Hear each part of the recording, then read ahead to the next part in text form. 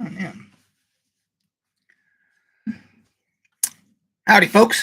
Greyhawk 4x4 coming at you again, your resident vintage gamer.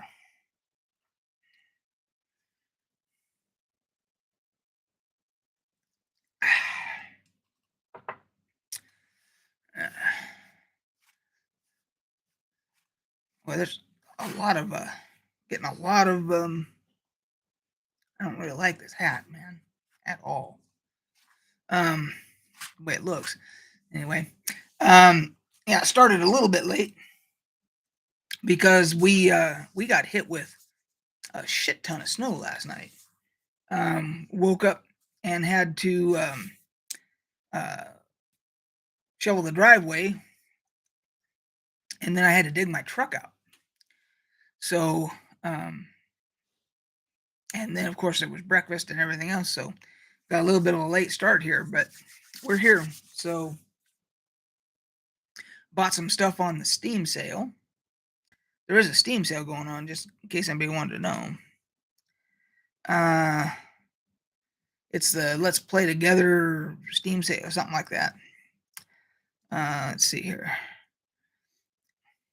And I put for the game of this particular live that we were going to discuss. I just grabbed one that I bought that I did play a little bit this morning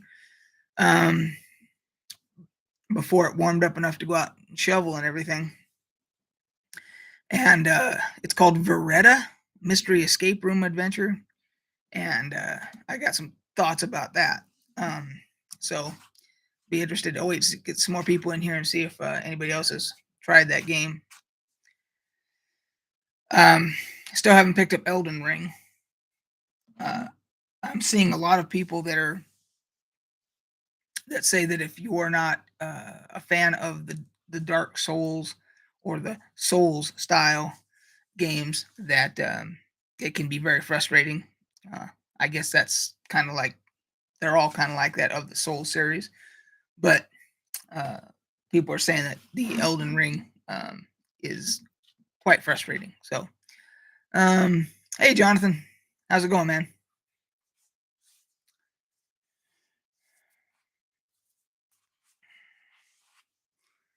I think everybody else is. Hey, Jonathan, did you look outside and see how much snow we got? Did you have to dig out your car?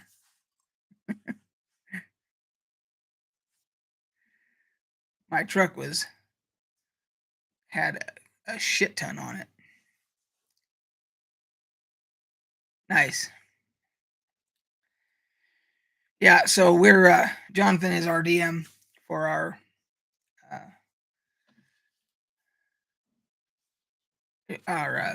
campaign that we're going through in the Dolmenwood, and we're going to be back playing in person again. So yeah, I think you're the only one in here right now, Jonathan. It says there's only, according to this counter. Sometimes that counter is not very accurate, but so it might just be you and me in here. So a lot of people jump in later when I start a live. So, hey, by the way, Jonathan, the hard Mountain Dew came in from Ethan. So I feel like Stephen King meeting Gygax. Well, that's a good thing, because I like both. So, but yeah, that hard Mountain Dew that he sent, I had so there's 3 or 4 different flavors. There's 4 different flavors in there. There's regular hard Mountain Dew. There's watermelon. There's Baja Blast, and there's a black cherry one. So I had to break down last night and try one of the Baja Blast, obviously. So, that there's a couple things. As a matter of fact, I think I probably have the. Here it is. Here. There's what it looks like right there. That's the hard Mountain Dew Baja Blast.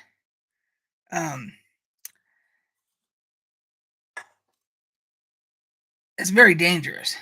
because literally it's zero sugar. There's no sugar in it. So, um, but for some reason, even though it's zero sugar, it is so fucking sweet. Um, but it tastes like you're drinking soda. I mean, I mean, you'll get a little bit of a hint that, oh, there's some booze in here or whatever, but for the most part, it tastes like you pour it in a glass, you think you're drinking soda. You know. Um, Now, having said that, um, there is no way I could drink more than one of these at a time. There's no way I would want to. They're just too sweet. So, as delicious as it was, I don't see that being something that would ever, for me, that would ever replace beer. Um, yeah, it's. But anyway, so come Friday, you guys have all those other ones that anybody that wants to try them. They're all in there. So, hey, Jesse, we were just talking about. I don't know if you saw that, Jesse, but we were talking about the hard Mountain Dews that came out. Um, Basically, the so yeah, and luckily this is, like I said, it's zero sugar, but it's still too sweet, man. It's just whew. So I'm sure people that like those hard seltzers and stuff they'll love that stuff, but no, it's not gonna replace beer for me. So anyway, so I got a couple of you in here. So I tried this game that there's some stuff on sale on Steam right now, and this Verada, this escape room game that I got on the sale. Uh, I played it a little bit this morning, and I'm hoping that somebody in here has also tried it, because when you start out in the game, again, it's like a mystery room type game, and it's first person, and you got to solve puzzles and all this stuff. So for this particular game, now I usually do pretty good at those types of things with the doing puzzles and escape room, um, point and click mystery, point and click adventure games, and all that stuff. I used to do pretty good at that stuff. This one, uh, in order to really start the game, you start in this one like hotel room that you're staying in. You have to find a way to get out of your hotel room first. It's kind of like their version of a tutorial. I can't even get past that. Uh, Either I'm way too stupid to be playing a game like this, or they've made the puzzles way too hard. So I don't know if anybody else has tried it, but you can comment below if you have. If you made it out of the first room, I have an idea of what they're trying to do to get you to solve these puzzles. There's a code you got to decipher and all this shit. I may just be too stupid for this game. So, if you like those kind of games, it's worth trying, but it's frustrating as well. So, let's see here. Um, Usually Chupa or Bastille or some of the others would be in here by now. Um, is there anything, if Jesse, are you in here? Because if you're still here, is there anything you wanted to talk about other than I have not played Elden Ring yet. I know that's a big topic. And then, of course, we have to talk about the Wizards of the Coast versus TSR 3 that's going on right now. If you're not aware of that, this TSR 3 that this guy Justin Lanasa, I think his name is the owner of. He started using the trademarks that Wizards of the Coast still owns for the old TSR. He started using the logos and stuff like that on products and stuff like that. And on top of that, he pretty much um, has been a douche the entire time. So yeah, Jonathan, so as you know, they filed suit against him, but it came out yesterday, and you can go to there's a guy named Tenkar's Tavern that also covers like tabletop role playing news and stuff like that, and he has a video up about it, and he shows the court documents. Um, So, and the apparently from this recent update, like yesterday, after they've gone through 10 car and these guys have gone through these court documents. I don't know how they got them, but I'm sure they've got a way to they petitioned the courthouse or they were able to find them online or whatever. But they've got them all and they read through them all. And the way they put it is Wizards of the Coast is going scorched earth on TSR3, um, meaning they're not only asking for um, a certain amount of damages, they're asking for punitive damages. Then they're also asking to freeze Justin Lanassa's assets. They're asking the court to freeze his assets, like his bank accounts and stuff. They're going ham against this dude. He has pissed them off. And how stupid of a person do you got to be to have a small little company and decide you're going to pick a fight, and not necessarily pick a fight, but instead of having some kind of dialogue with them on an amenable basis, you just go completely arrogant fuckstick to the point to where, and Wizards of the Coast does not have a habit of doing this. They're pretty reasonable. They're pretty easygoing when it comes to this kind of stuff. We have some experience with that with the TSR that I was TSR2, and because the way Jason approached it with them, he got permission from them to do everything that we did before we ever did anything. He went to them first and said, "Hey, here's what we got ideas about. Do you have a problem with that? Are you okay with that?" And they were like, "Yeah, we're not using that anymore. Y'all can do that. Just don't have. You had to come up with the original logo, and which we did. Everything else, and they were cool, no problem." Lanassa didn't do that. Lanassa picked a fight with him. He's gonna lose. They have a new version, Jesse. They have a new version. No, they released a new version of Star Frontiers, and it apparently, or at least they had released it for a very short period of time. If you go there now, 10 Car talks about this. It shows out of stock. That's the product they released that pissed off Wizards of the Coast. Now, I don't know if he got a cease and desist letter from them right after that, and maybe that's why it's not being sold now. But he did release a product, and that's when everything hit the fan, because he used their old TSR logo that Wizards of the Coast still owns. He did that instead of creating a new logo like we did, like Wizards of the Coast asked us to and told us to. That's how we needed to do it, and that's what we did. No, so they got the museum and all that, which is closed now. They closed it a couple months ago and said, like, they didn't put up a notice ahead of time, or they just all of a sudden they were closed.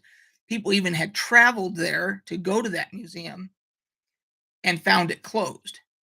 So they already spent the money to travel there to go there, and then found it closed. And then people were posting on social media saying, "Hey, this thing's closed."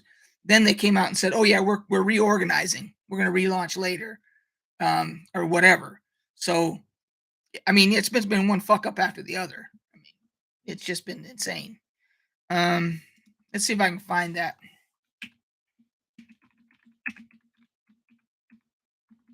Let's see if I can find it.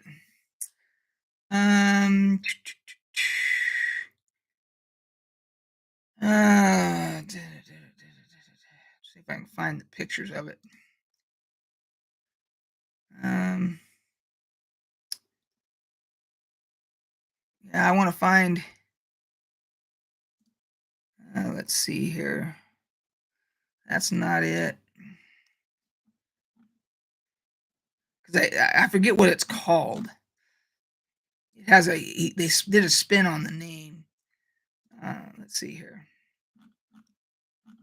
Let's see here if I can find it. Let's check out comicbook.com. They have a story about it. Um,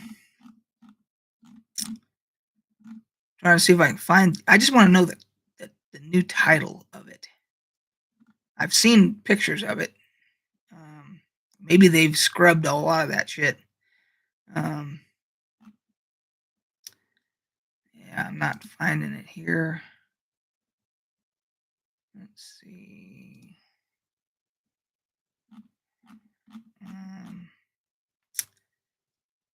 anyway, yeah, they did briefly release it. I have a feeling what happened is they must have got a cease and desist. Um,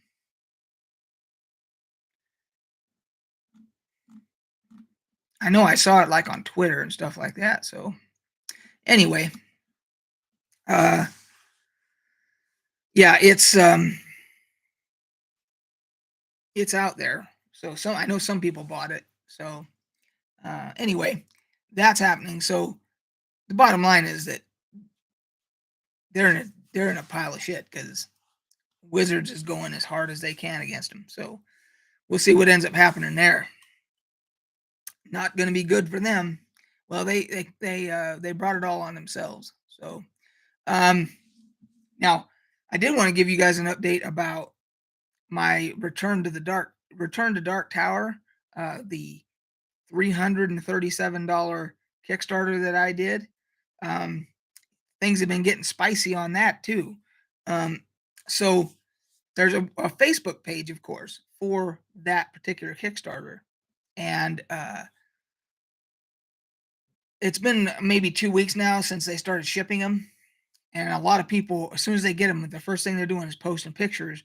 Oh, I got my game, I'm so happy, da da da. And of course, there's a shit ton of us that haven't gotten anything, and a lot of us that haven't gotten anything and haven't even gotten an email saying, "Hey, yours is being shipped," or "It has been shipped," or anything. No communication whatsoever. So what's happening is you have these people who are insisting, even though other people have already posted pictures of the game, of the and all that. More, each and every time someone gets one, they're putting it up there. So you're getting it's triggering everybody's anxiety, mine included, because you're seeing these people boasting about, and it's almost like, nah, I got mine. Too bad you didn't get yours. Who gives a shit? It's almost that to that level now, and so people are understandably getting pissed because they're saying, hey, um, people are posting, and one guy made the mistake of saying that he ordered it. He was able to get in even after the Kickstarter closed and ordered it, and he's already gotten his. And there's those of us who were early backers who went all in for $337, uh, who haven't gotten a jack shit, haven't gotten an email, a tracking number, nothing. There's people in getting them in Hawaii, and we haven't. And here in the mainland, there's tons of us that haven't gotten anything. So there's no rhyme or reason to the release, the shipping, or anything. And people are getting pissed, and I'm one of them, because uh, they should have done it in stages or in a particular order, and they should have communicated better onto when you can expect. You're in this group, yours will go out this date. You're in this group, yours are going to go out this date. You can expect this, and all that, and that ain't happening. So people are saying they're getting theirs delivered, and then they're getting like a confirmation email the next day or later that day that their product has shipped. Well, they've already gotten it, and that's how late shit's going out. So um, if this was $40, even $50, $60, I wouldn't be that hard. $337 is a lot of fucking money. So needless to say, I've said this before. There is no more Kickstarters crowdfunding for this guy. I'm not built for it. Yeah. No, I don't have that in me. Not putting out that kind of money. I know a lot of people out there that are vastly wealthy and have lots of disposable income. I ain't one of those people. So for me, $337 is nerve wracking. Um, anyway, so as the tally is, I am still at $500 that I'm out. 337 for that one, $100 for the Intellivision Amico, which was a deposit, not necessarily a kick. It wasn't a Kickstarter or anything. It was a deposit. And then $40 for the Ernie Gygax memorial tomb thing, which I don't think anybody's ever going to see that. So, yeah, I'm still sitting at a grand total of $500 that I'm out for all these different fucking things. Yeah, I ain't built for that stuff. So if I can't order it like on Amazon or go buy it in a game store, I ain't buying it. So people say, oh, well, you miss out on Kickstarter exclusives. There's things that are included in the campaign that's the only way that you can get them. Like you get extra dice or you get an extra whatever, a play mat or, art prints, or I don't give a shit. Don't care. Don't care. Do not care. Yeah, it ain't worth the heartache and stress of wondering if you're going to be screwed out of your money. So let's see. There's that. Let's see if there's any other gaming news that needs to be talked about here. Let's see here. Oh, there's been a shit ton of people that have of companies that have ceased all sales in Russia as a result of this war, this invasion that they're doing of Ukraine. Yeah, Activision, Blizzard, Epic, Microsoft, Nintendo. Yeah, it looks like there is a shit ton. Let's see. Let's go to PC Gamer. They usually are the best one for all the new news that's coming out. Oh, the Hearthstone director is leaving. There's a shocker. Another creative person from Activision Blizzard leaving. No shock at all, actually. Let's see here. Oh, Samsung got hacked, it looks like. That's wonderful. 190 gigabytes of sensitive data. That's wonderful. I don't have a Samsung account, so I don't have to worry about that. EA halts all sales in Russia and Belarus.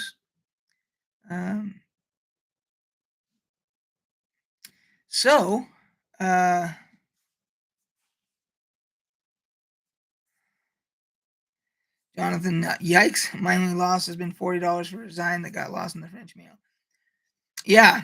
So yeah, my total right now is still sitting solid at $500. So well, just under 500, I guess.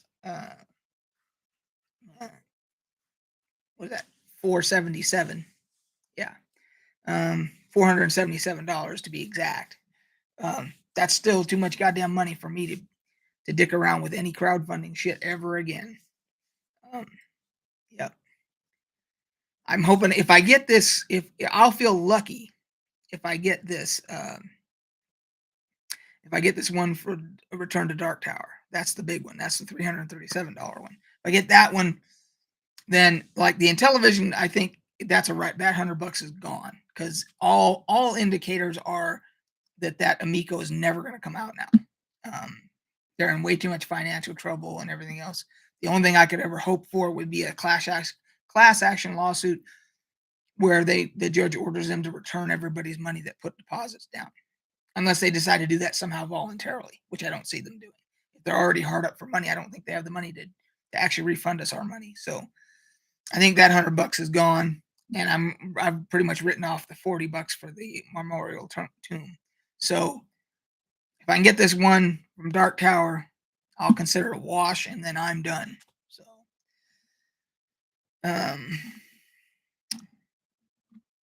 let's see. So, the issue with, I'm going to talk a little bit about what's happening in Ukraine.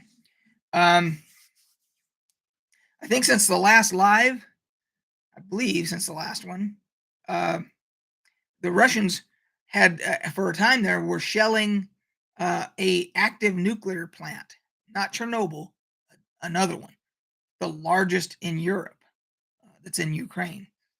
They actually caught it on fire. Luckily, the fire got put out, and there was no damage to any of the reactors or whatever.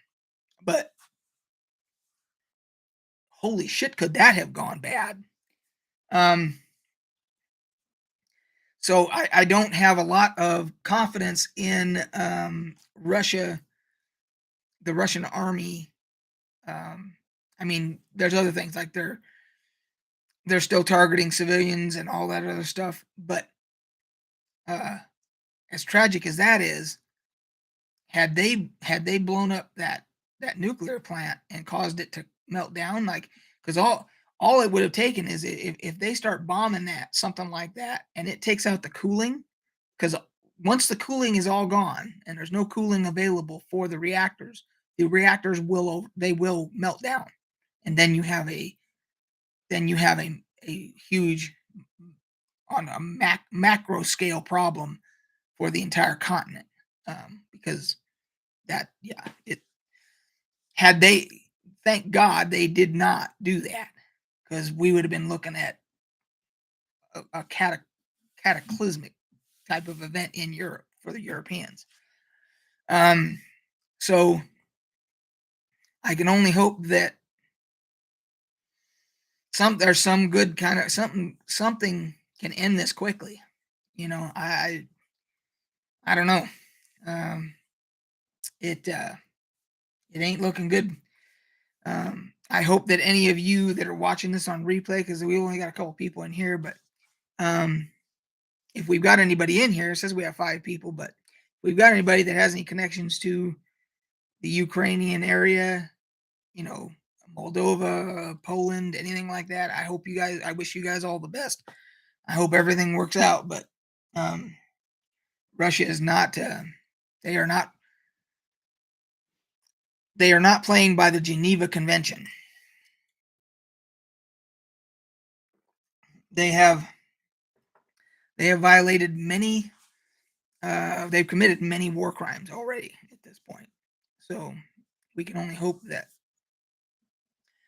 it ends quickly somehow. Um, let's see. Um, check back on the gaming news here. Italy is planning to invest 4.6 billion to attempt chip makers like Intel into building more chips in Italy, I guess.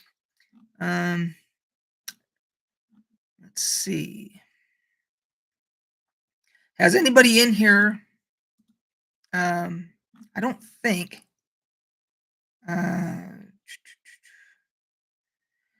Jesse says I haven't done many, just a couple of Matt Colville items. Colville is a good noodle. Why don't I know that name? Let's find out here. Matt Colville. Let's see. Oh, I know that. Yeah, I've seen that. I didn't recognize the name, but I know who he is. Yes. Matter of fact, I'm subscribed to his channel. So I didn't know he had Kickstarters. So awesome. Yeah, he seems like a pretty decent dude. So, hey Mobius. Um,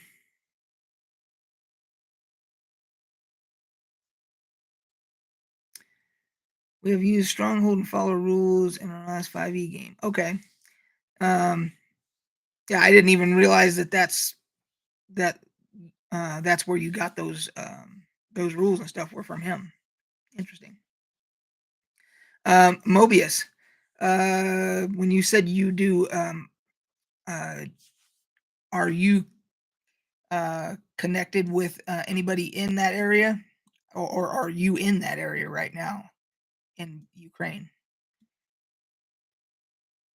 Because I know the last live I had, there were some people that had connections to that area, and uh, we have people that come in from Finland and Norway both, which are not too far away. Um, so you might have been one of them. I just can't remember. So yeah, I'll have to check out some of his stuff to see some of his Kickstarter stuff. Has he been on Critical Role? He has. Vox Machina Origins Volume 1. Okay. Okay. Yeah, because I don't. I'm watching. Um. Oh, okay. Um. I'm watching the first season of Critical Role, and I don't think he was on first season because I'm trying to think. I don't remember seeing him on there. Um. He wasn't on the first season, right? Because if he was, I'm not picturing him. I've watched just the first. I usually have him playing in the background while I'm doing my catalog and stuff over here for my collection. I usually have it going, so I'm mainly listening to it. So maybe he was, and I just didn't see him on there.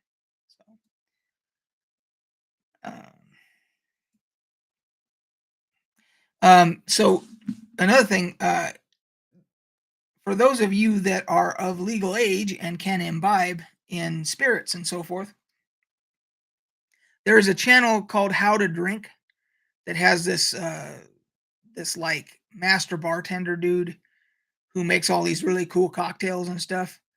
A lot of times he'll do them how they were, their historic, versions of them, like when they were first, invented and made back in the day, in the medieval days or whatever. And he'll do them in that style and everything. And then he'll do the modern versions and all that. And he also does drinks based upon uh, fantasy franchises and stuff like Game of Thrones and stuff like that. Um, it's called How to Drink, and matter of fact, I can probably put a link.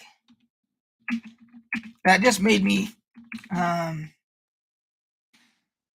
think of him when I saw Matt Colville, because they kind of remind me of each other.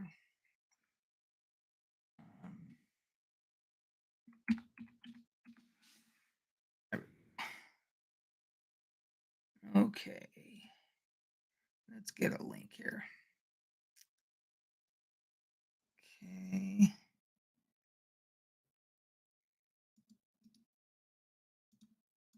We'll put a link down here.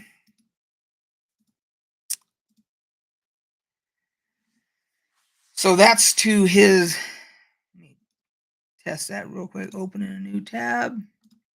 Yep, that's it. Okay. So you'll see when you see his face, if you guys don't know who he is already, you'll see why he kind of reminds me of Matt Colville. But yeah, if you like to imbibe and like spirits and stuff and mixed drinks and stuff like that, that dude's channel is the only thing you need to learn about all different types of concoctions and stuff like that. So, and he does it in like a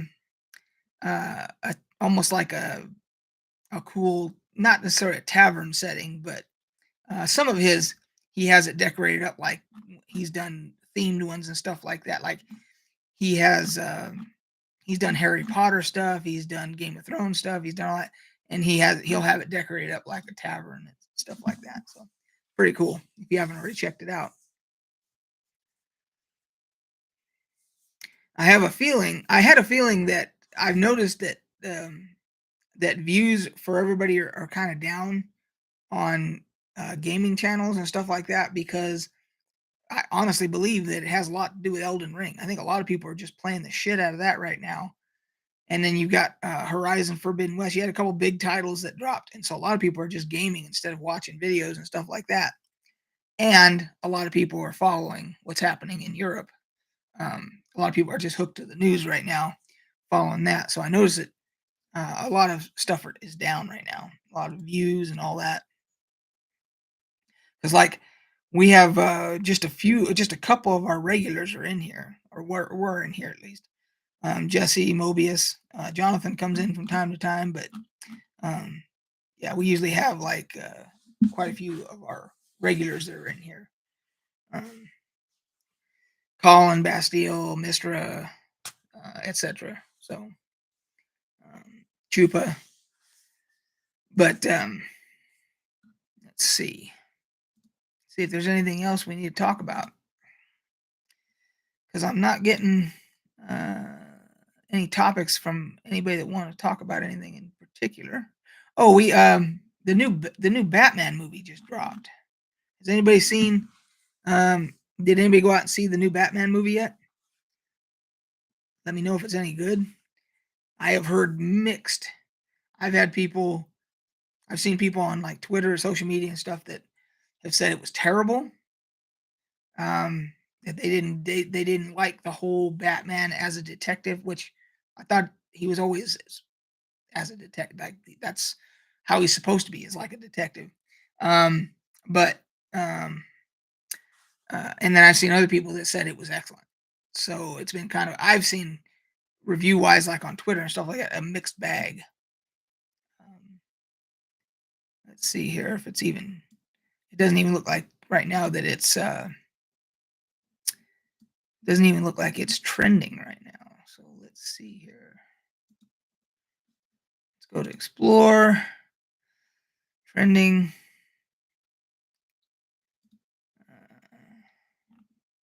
Yeah, the fact that it's not trending lets me know that it's not overwhelmingly. Okay, let's just go to the entertainment tab here. I'm not even seeing it trending on the entertainment tab. Bane is trending. I don't know if he's in that. If the character Bane is in that particular version, the new Batman movie. Yeah, it's not. The only thing that's trending that could be is Bane. Let's see here.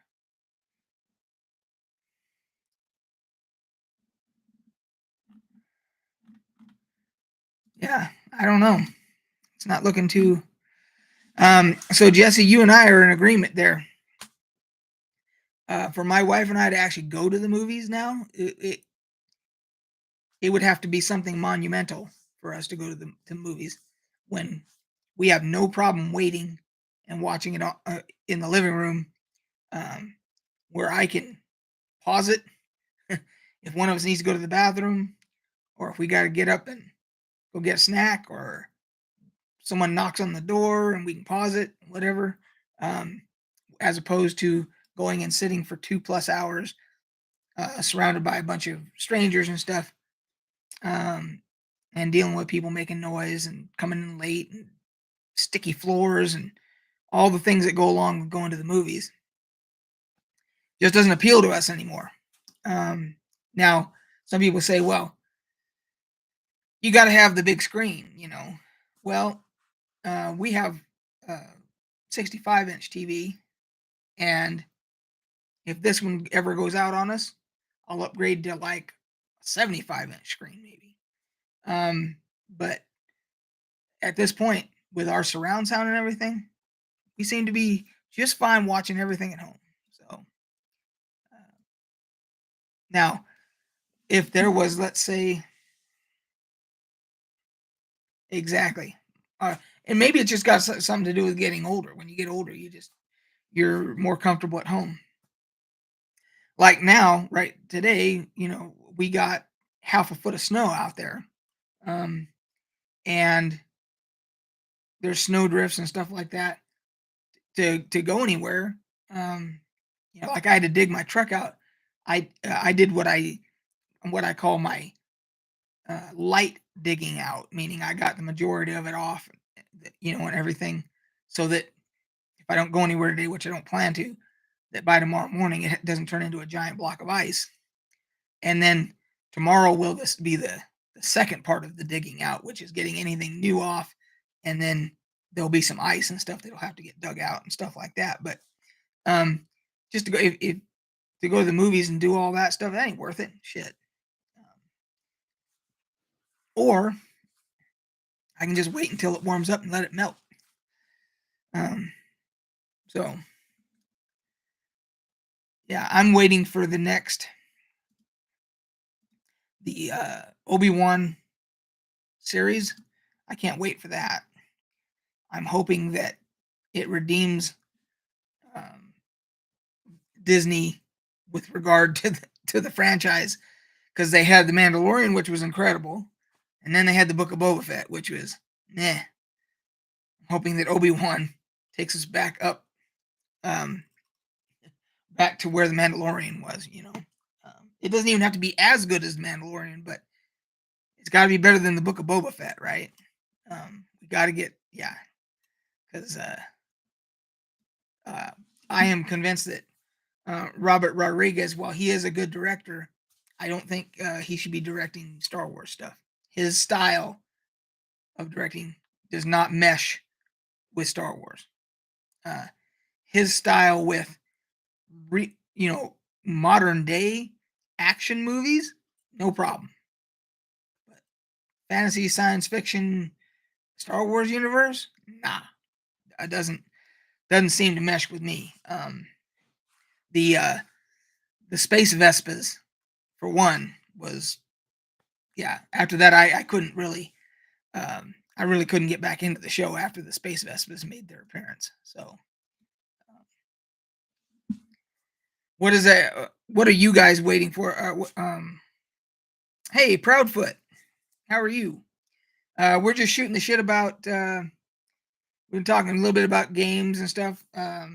Nobody that I've had in here yet has played Elden Ring, or if they have, they haven't commented, because I'm trying to get some feedback on that.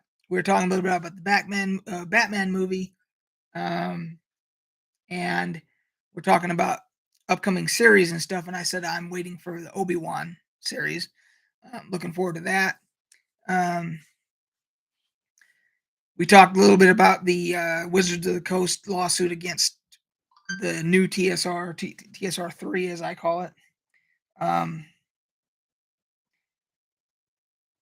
there we go. And then trying to think what else we talked about. We talked about this game I'm playing on Steam right now called Venata, I think it is. Let's see here. Veretta, Mystery Escape Room Adventure.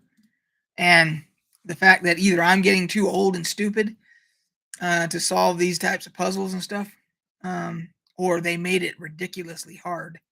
So, but I don't know. I think it's a fairly small title, so there's probably not any chance of anybody else having played it. I only got it because I like that style, because it's kind of a low stress game, because you're not constantly getting attacked by stuff and everything. You can kind of just focus and think. I suck at DS style games. So, are you mean like Nintendo DS style, or because this is more of a like a point and click adventure game. Oh, Dark Souls. Got it. Never mind. DS for Dark Souls. So yeah, that's what everybody. So Mobius, you're kind of like right there with what I've heard other people say, is that if you don't like Dark Souls style, this is right along the same lines. And I have never played any of the Dark Souls titles. I own at least the first couple, I think. So I'm guessing I need to go and start that, do the first Dark Souls, just to see if I like that style, because I could be just saving myself a bunch of heartache and money and everything else because if I'm like you and it isn't my thing, then I won't bother buying Elden Ring. So I think I need to do. I'll do that this afternoon after we get done here. Let's see here. Let's. Yeah. We're gonna find out. think I can do this. Yeah, I can pull up my Steam library while I'm live streaming. Let's see here. Let's look at my library here. Have I have to do a search because I have um Dark Souls. Do I not have Dark Souls? I thought I owned both of them. What the hell? Oh, we'll search here. I could have sworn.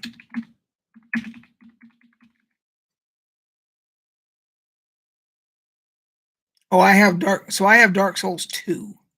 For some reason I don't have the first one, I guess. There's Dark Souls Remastered. And then Dark Souls 3.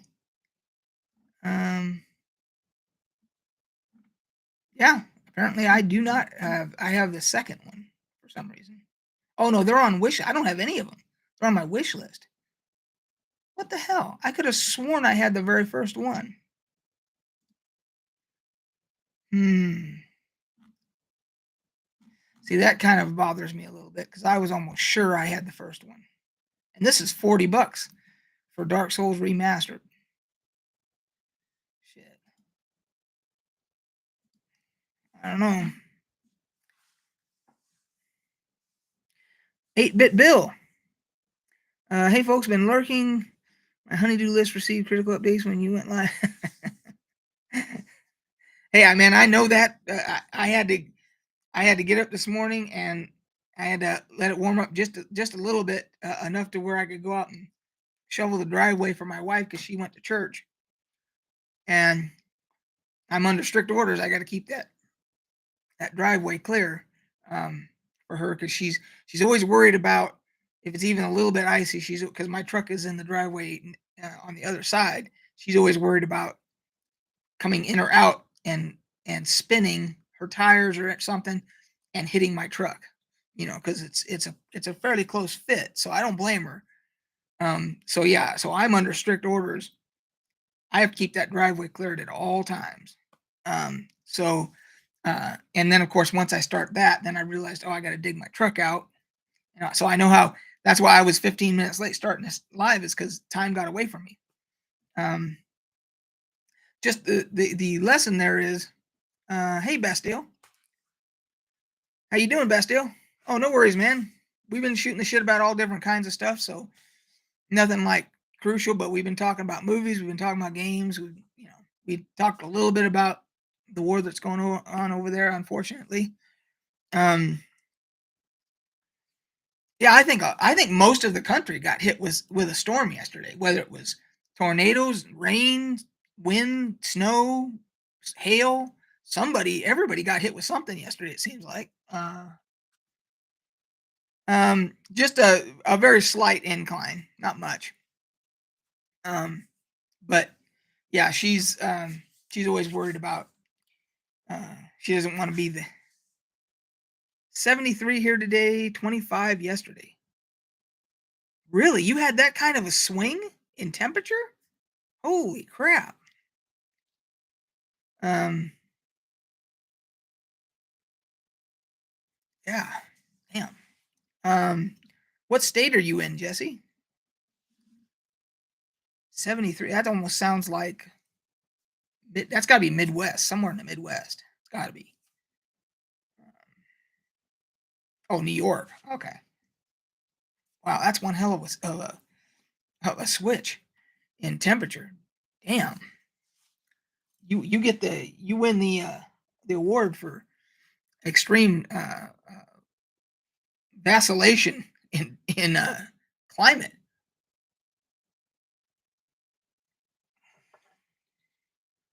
So did Syracuse, is that like a nor'easter that came through? I know you guys use that term a lot for storms that you guys get. And I'm wondering what qualifies it of being a nor'easter as opposed to some other type of storm. Or is it just any kind of storm that comes through, they just automatically call it a nor'easter? Wow. Yeah, hopefully it'll warm up tomorrow to where it'll melt the snow. I'm hoping. Oh, lake effect. Got it. Yeah, we get lake effect off the Great Salt Lake. Although it's much of a less degree now because the Great Salt Lake's almost gone. I know that a lot of people outside of this area don't know that because it hasn't really been reported widely. The Great Salt Lake in Salt Lake City is not so great anymore. It's almost gone because of the drought, which is kind of scary if you think about it. Um, and it's going to have massive effects on our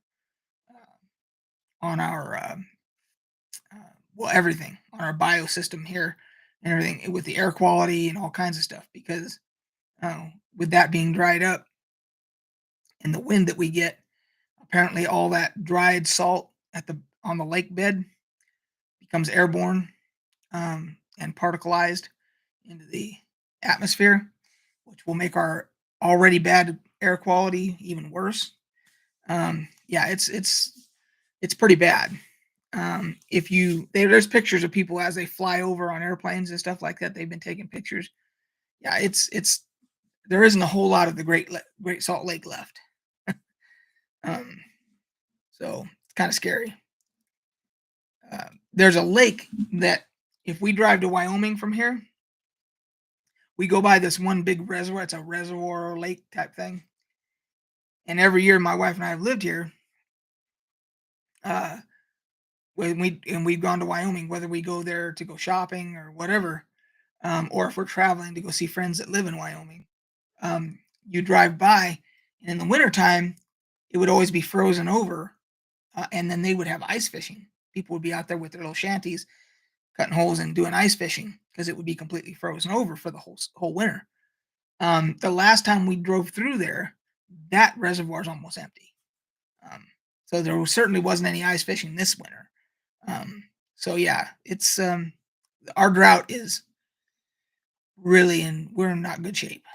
So, but most of the West is like that, and that's why the wildfires are so bad. And yeah, it's not good.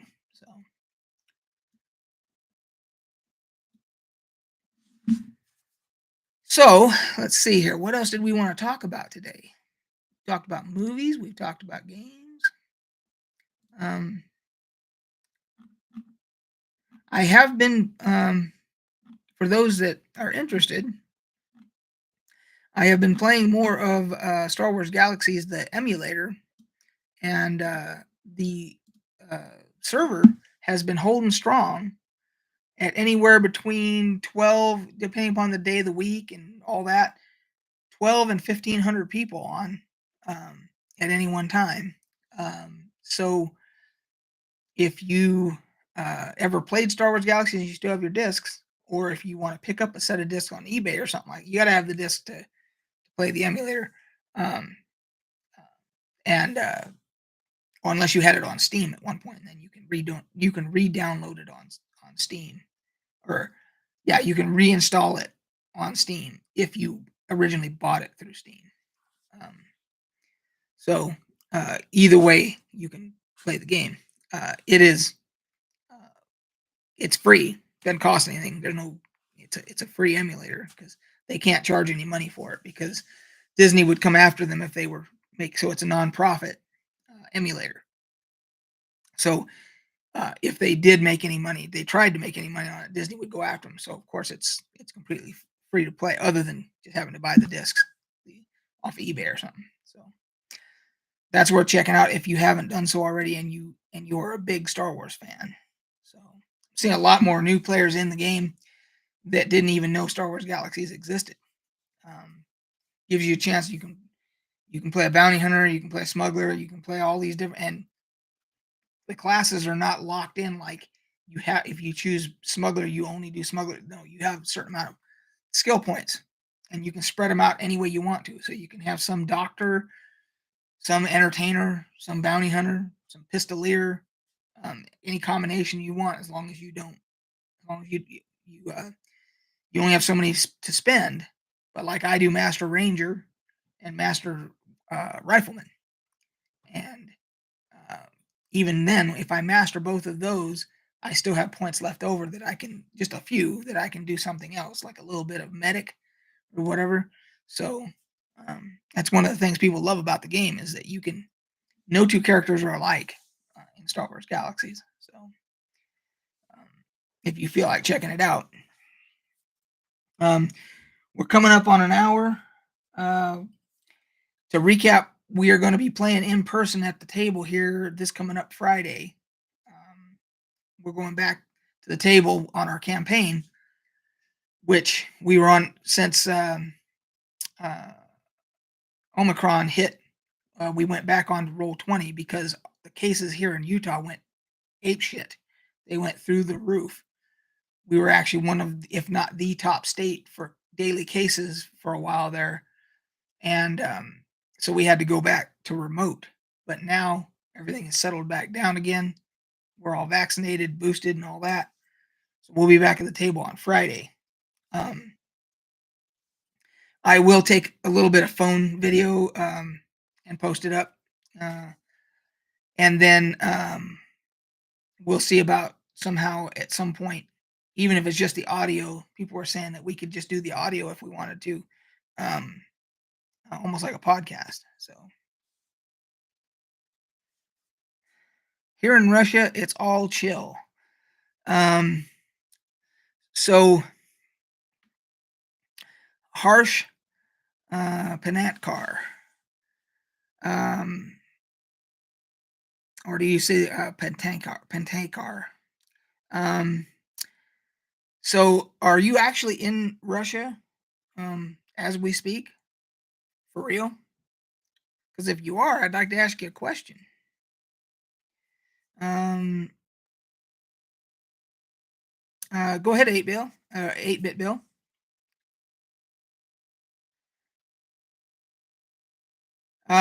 So, Mr. Harsh, um,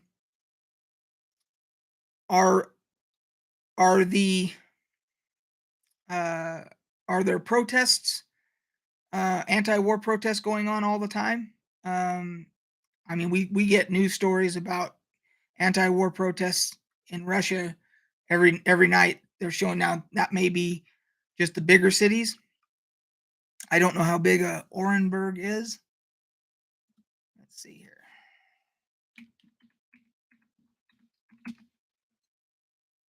Um, let's see how big of a city that is.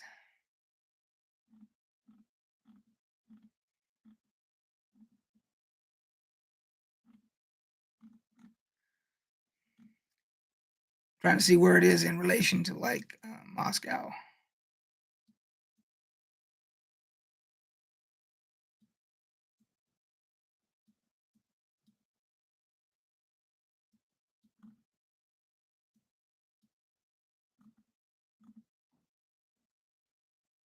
Okay, so let's go back here.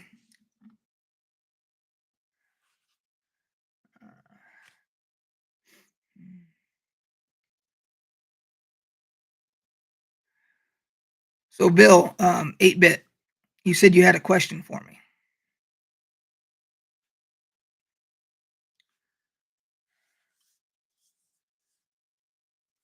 I'm waiting with bated breath to see.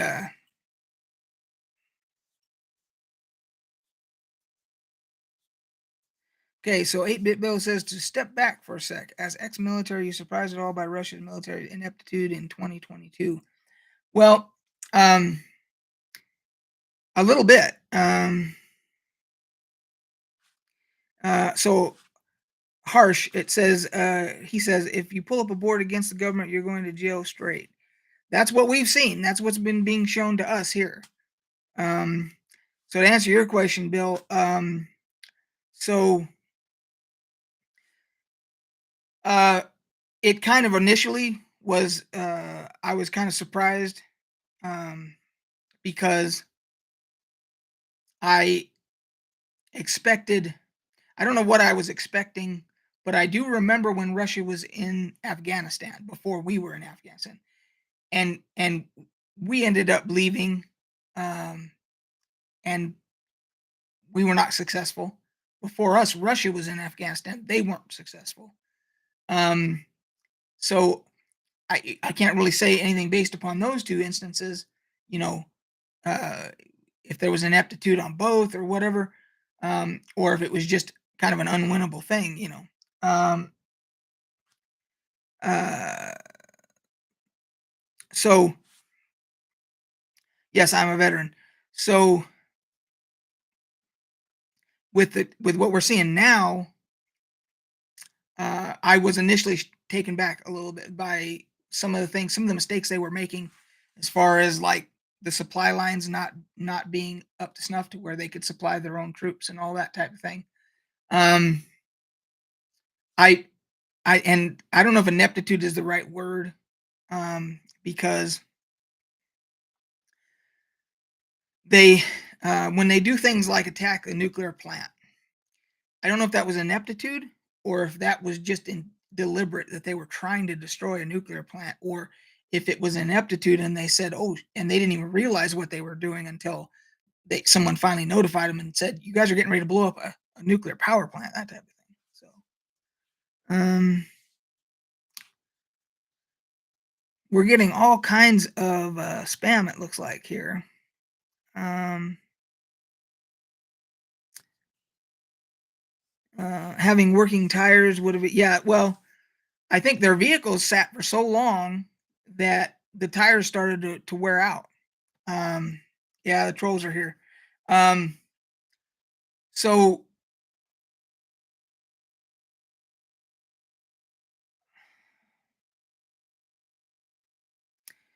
well, not calling all of you spam, uh, just some of the trolls that showed up. That's all. And I do have a moderator in here, so he's taking care of things. So, yeah, the when I was in the military, I made a point of this on some social media somewhere. I said that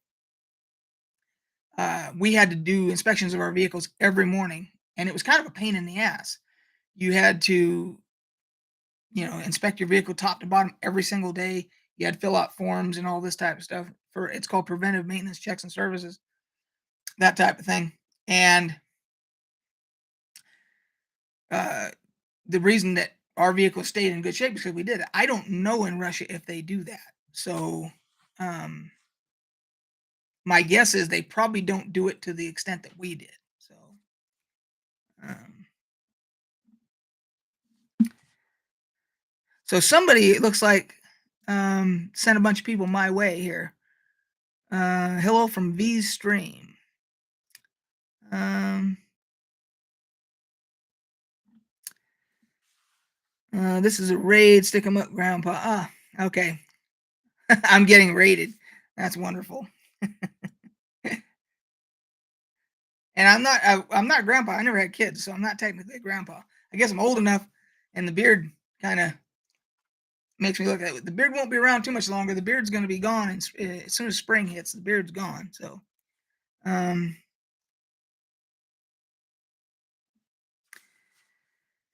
yeah, the stuff they're doing to the civilian population is inexcusable. It's war crimes. It's all that. You know, they have the fact that they've attacked a nuclear plant. The fact that they set up evacuation routes for civilians, and then they attacked those evacuation routes. I mean, the fact that they attacked a hospital, all these those are all war crimes. So, um, the Russians have orders to keep maintenance, but it's easier and cheaper. Just lower ranking just didn't. Well, and the thing that, and I'm glad, I'm happy for their ineptitude or their failings, because hopefully it has kept the damage and the casualties to a minimum because of their ineptitude. The fact that they didn't keep their supply lines set up right. Um, the the way your supply lines work is your supply. It's called what would we call it? Advanced party. So we had a thing in the army called advanced party. Advanced party were supply, maintenance, all your support units, all that stuff goes on what's called advanced party. Advanced party goes out to your staging areas, basically where they should have gone, and then they set up their systems, and they already have routes to keep that stuff supplied. Then you roll out your main your combat units, and then all the support is already there. It does not sound to me like they did that. Doesn't sound to me like they had any kind of advanced party and supply in what we would call staging areas. Didn't sound like they did that. So, um, Don the Plebe is also a vet. His channel is really good. V Sennis, like your channel. I appreciate. I don't know. When you say V, what is the actual name of the channel that you guys are talking about that sent you guys over? Because I'd like to give them thanks.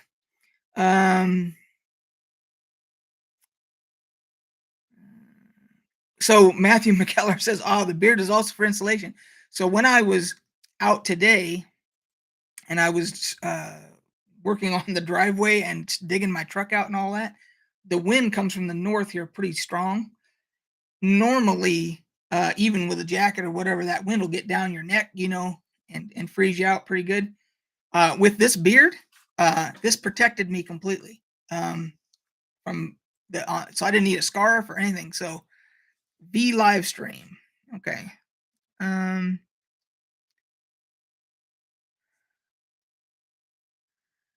let's see here. Romanian TV. Okay. All right.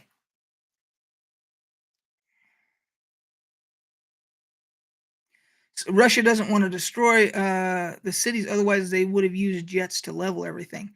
Okay, so one of the things that every invading and occupying army wants to do is they're supposed to want to preserve the infrastructure as much as possible because it's valuable and they want to keep it, which is what you're talking about there, where they didn't just destroy everything with bombs and stuff. However, contradictory to your statement, they did use those thermobaric weapons, which are the ones that cause huge, massive, intense fires. They did use those and caused a lot of damage and everything. So they kind of did and they kind of didn't. Yeah, they didn't use a lot of just carpet bombing and that type of stuff. But they are causing a lot of damage because they're using the wrong types of weapons. Yeah. It's still rather concerning that they can miss targets by such wide margins while using smart munitions. I've heard previously limited amounts of live fire practice due to cost concerns. So the other problem that you have is that a lot of the Russian army is my understanding is that they are conscripted, meaning that they are basically, it's not their choice to join the military. They're drafted, for lack of a better term, conscripted, and because of that, they do not get as much practice, nor do they care as much. Like we've seen video here of Russian troops who have surrendered, and then the Ukrainians are feeding them because they're starving, and giving them tea and all these types of things, and they admittedly don't want to be there because they're forced into service, whereas we have a volunteer army. So that plays a lot into it too. That's why you see a lot of them that are untrained. Um, a lot of them look like they're ill-equipped. So yeah.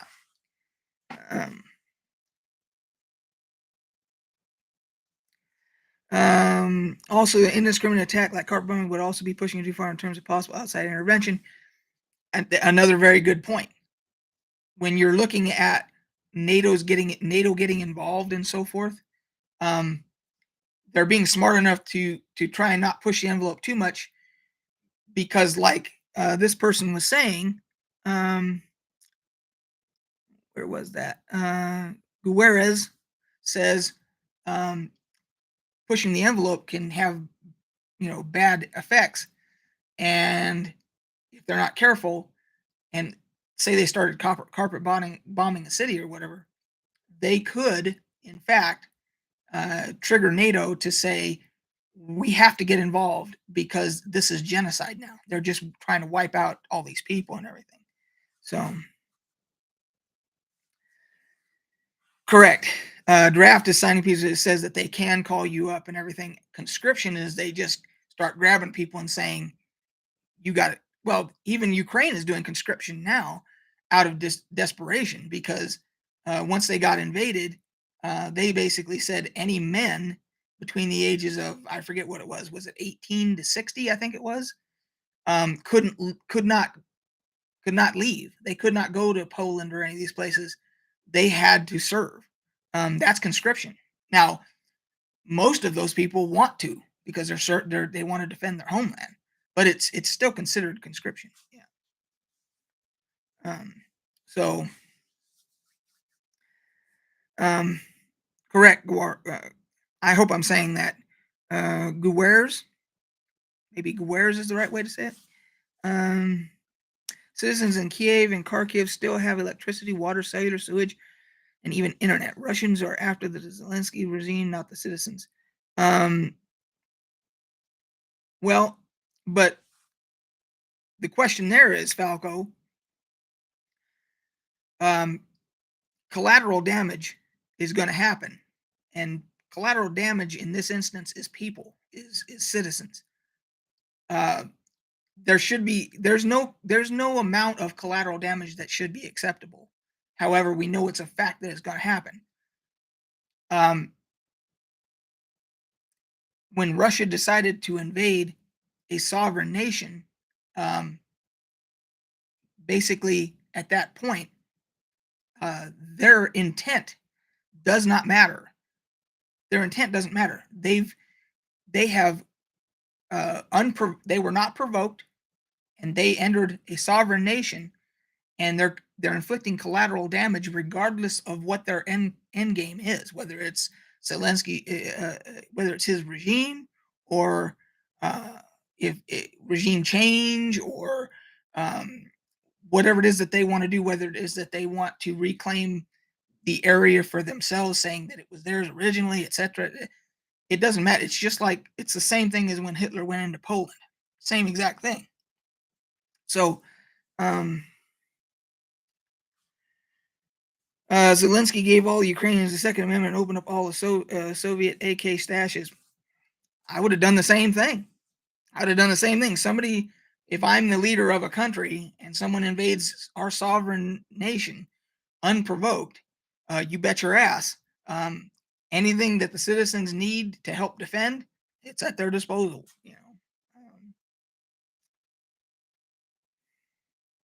Russia promised the Ukraine it would never be invaded, which I think is one reason the propaganda says it's liberation.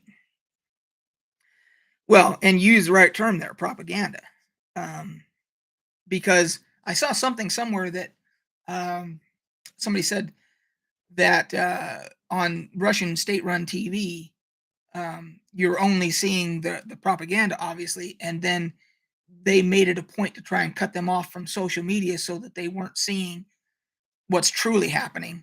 Um, and then I heard that people were actually using stuff like Yelp and other platforms to where instead of leaving actual reviews for things, they were actually using it as a way to communicate information about what was actually happening. And then, of course, there was the Airbnb thing where and all that. So people are getting creative on trying to get information out there. So, um, yeah, and Tomorrow V says Ukrainians probably should have been armed beforehand, but it's a bit late to be training while you are being invaded. Uh, so that's one of the arguments of the people on the right here who are. I'm pro Second Amendment. Um, as a veteran, but I am not a Republican. I'm a Democrat, but I'm still pro Second Amendment. Um, and one of the reasons is that they're saying that this is the reason that we have the Second Amendment is for this type of instance, um, which is true. It's mainly to try and if you have to defend yourself against a tyrannical government that you're allowed to bear arms. But this is a secondary benefit: is that if you were ever invaded by a foreign army, the people themselves could help defend the nation. So, and Lobster Minion says, "Problem is, many of those citizens don't know how to handle a gun, let alone have training in how to hit a target, preferably the enemy." A good point. Who's training these people? Um, Hopefully, they've got some type of makeshift training that they're doing, you know. Whereas, well, and somebody says untrained citizens with AKs is better than just Molotovs. Yeah, I mean, it only to show you the actual nuts and bolts, the basics, um, doesn't take very long to say, here's how you put your magazine in, here's how you charge the weapon, here's safe, here's semi-automatic, automatic on your selector switch, here's your magazine release to put another magazine in. Now getting that's fairly showing them mechanics of how to operate the weapon is one thing. The other thing is getting them to be able to aim and fire straight and hit a target. That's the more difficult thing. Um, but Molotov is more effective against groups of enemies. Uh, in the military, we call it combined arms. Combined arms is you've got your whether it's your projectiles or your handhelds or whatever, and it's called combined arms. And if you do combined arms correctly, it's very effective. Um, um, Tomorrow V says they can still provide covering fire. That is absolutely true. That's part of combined arms warfare.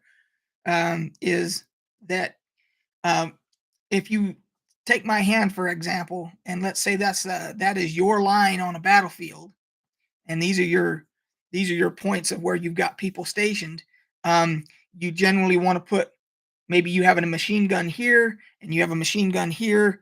This one's firing this direction. This one's firing so they cross, and then you have your smaller arms in the middle, and maybe a couple of like you're saying Molotovs, grenades, whatever, grenade launchers, etc. And you do that in an effective manner to basically make the battlefield uh, uncrossable. It turns it into what's called a no man's land. That's what and that's how you establish your defensive line and all that. Whether or not I mean, I'm sure the people in the Ukrainian army are doing that, but whether or not they can train the citizenry to do all that is another thing. So let's see here.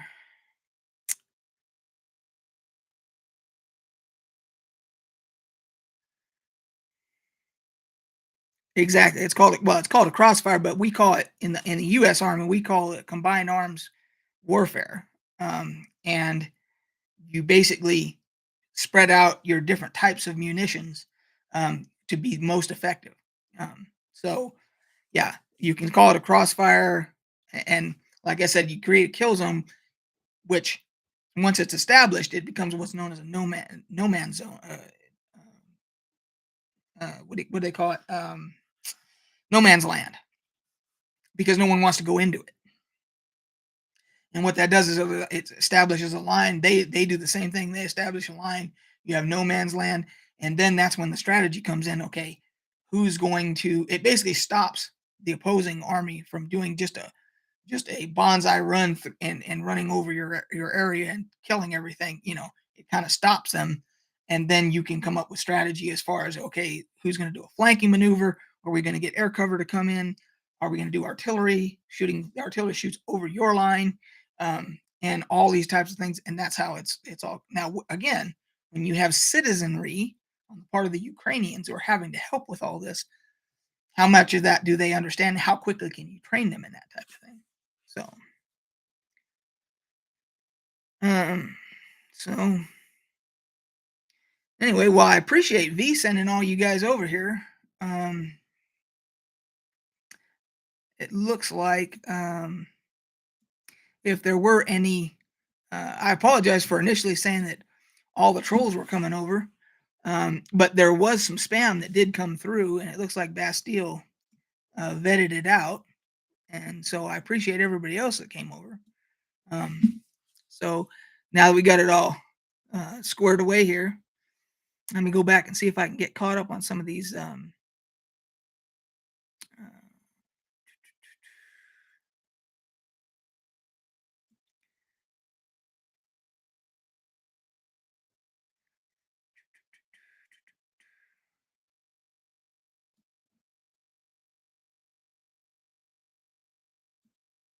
Most of this we've touched on.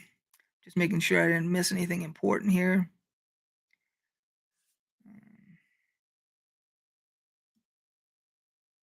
Oh, I did miss Proudfoot, who's one of my regulars. Um, he's from Bulgaria, which is about 200 kilometers from Ukraine by the Black Sea.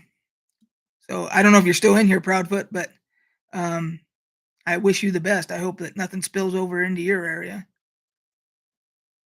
Um, all right, so yeah, no worries, Bastille. You know, you did a good job, man. Um, no, I think there were a couple that they're absolutely Bastille. There were a couple that were absolutely spam for sure. I know that, and so I think you're all I think you're all good, man. So, um, yeah, I again now. So now that we've got kind of caught up here, and I kind of know what's going on. So this is where the rub comes in for Putin and the Russians and everything. We've already established that the reason they're not doing carpet bombing and that type of thing is they don't want to get NATO on their ass. The other problem is I've heard them getting involved with Moldova. Now I don't know if Moldova is in NATO. They might be. Um, but if the Russians accidentally fuck anything up in a NATO country, even accidentally, their tits in a ringer because um, the hammer's going to come down. Now, nobody wants that to happen because we don't want to trigger World War III. We don't want any reason for us to start getting into any kind of a possible nuclear situation. Nobody wants that. So uh, Moldova is not okay. Bulgaria is because I had heard something about Moldova. Either there were some pro-Russian separatists that were in Moldova, or and I'd also heard that there was some skirmishes going on there. So average Estonian says, still is nice to hear veterans' opinions and know how there's always something new to learn, like this kind of stuff. Bad thing is YouTube doesn't recommend it. Appreciate that. Yeah. Um, old grandpas here. I served in Germany during the Cold War before the wall fell. So I was trained, and my unit was trained to protect the what we called the Fulda Gap in Germany. At that time, it was West Germany. You still had East Germany. We were to protect in case the Russians decided to come from East Germany and invade into West Germany to try and take West Germany. That's what we were there as the deterrent for that. And so, you know, what's happening now with Ukraine is basically what we were there to defend against if they had ever tried to get into Germany that way. So it's almost like a flashback for me, what we prepared for. Um, um, Transylvania is the other disputed region. I did not know that. Um, any ideas about the American biolabs in Ukraine and rumors? I have, I, I have not heard. I heard that there's all kinds of speculations about weird things that that Putin wanted to use as justification for why he invaded, and that could be another wild ass rumor that somebody came up with to try and give him justification. I it doesn't logistically it doesn't make any sense that that would be a thing, but I have no personal knowledge about it, so who knows? Um, Lord Valsey. Funny, I'm in Germany, like many other Germans. Um, yeah. What was funny is when I was there in the 80s, the older Germans that had lived through World War II, they loved us. They loved the fact we were there to make sure that the Russians didn't come back and try and take West Germany again. Um, the younger people at that time that were, say, my age, I was in my 20s, obviously, when I'm in the 80s. The people my age that were there, the Germans, did not want us there.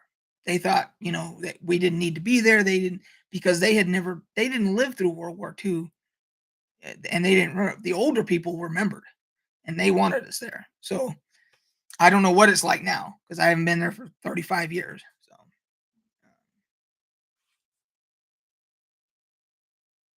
So, uh, yeah. Again, and like I was saying, like you said there, Proudfoot, there was no excuse for him to go into a sovereign nation, and so there's no level of collateral damage that is acceptable, and that's all things that are going to have to be dealt with. Um, Harsh says, "Man, if you were to speak that here in Russia, that would be it." Yeah. Oh, there's no doubt. But luckily, we have a freedom of speech over here, and we can say what needs to be said. Um, yes, because that's what the American military has done to Iraq, Libya, Syria, Yugoslavia. It's fine. Um, so here's the difference, Falco. The difference is with our involvement in what you stated there is we were not going in there to try and uh, take over that country. We were there with a specific purpose, which we're not there anymore. We've come, uh, uh, what Putin wants to do, he wants to conquer. He wants to conquer and occupy and take over and make that Russia again. We never decided to go into any of those places that you meant, Libya, Syria, Iraq, etc. We never went into any of those as conquerors to say we're going to take over this country. We're going to make it part of the United States. We never went in with it. We had specific targets and specific military objectives to try and lessen the terrorist threat towards our country based upon uh, the support they were giving to terrorists or the terrorists themselves, etc. That was the difference.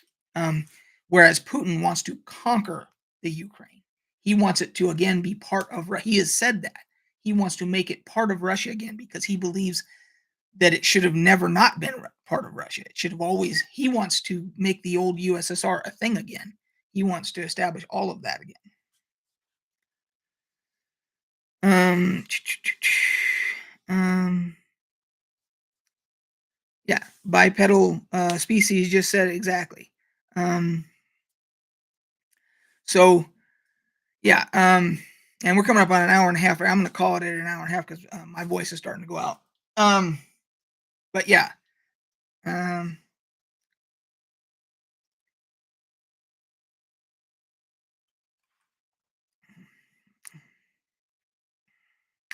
Russia kind of needs the resources of Ukraine. They want to be independent of trading with the West.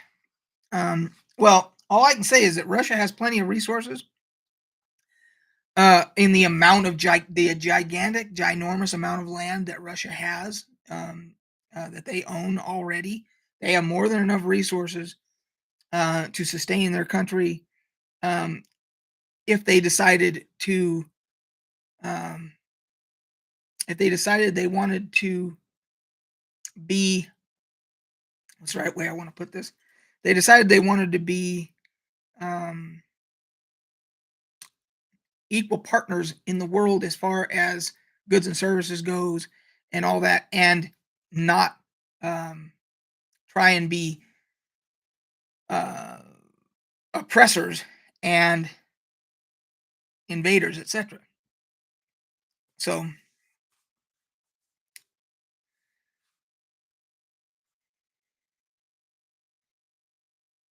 yeah, I don't know what the food supply issues are in Russia. I mean, as far they have so much land and everything, I don't know how much of that is cultivatable, for crops and stuff like that.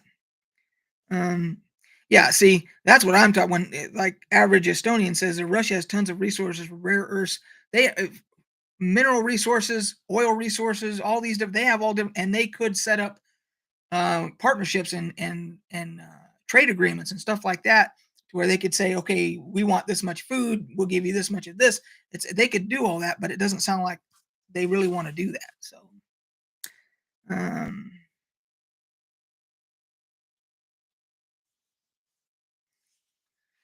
all right, guys. So yeah, I'm gonna call it here. Thanks for everybody that showed up. Appreciate V sending over all you guys. I want to make sure I go back up here and save that so I can go check out that channel. Let's see here. Um, let's see here.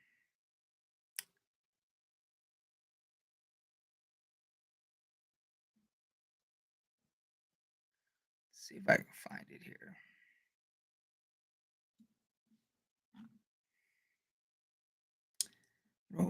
Okay, there we go.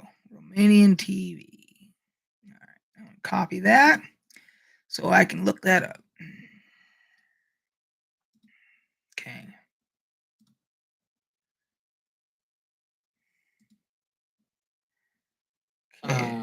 Stereotypically. So I'm gonna subscribe, and we'll go back down here now.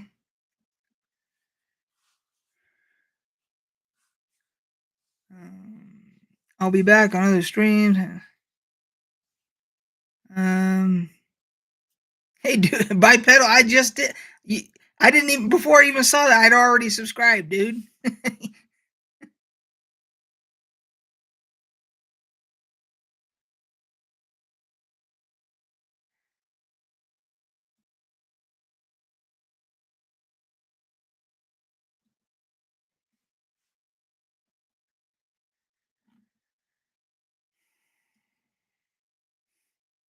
All right, guys.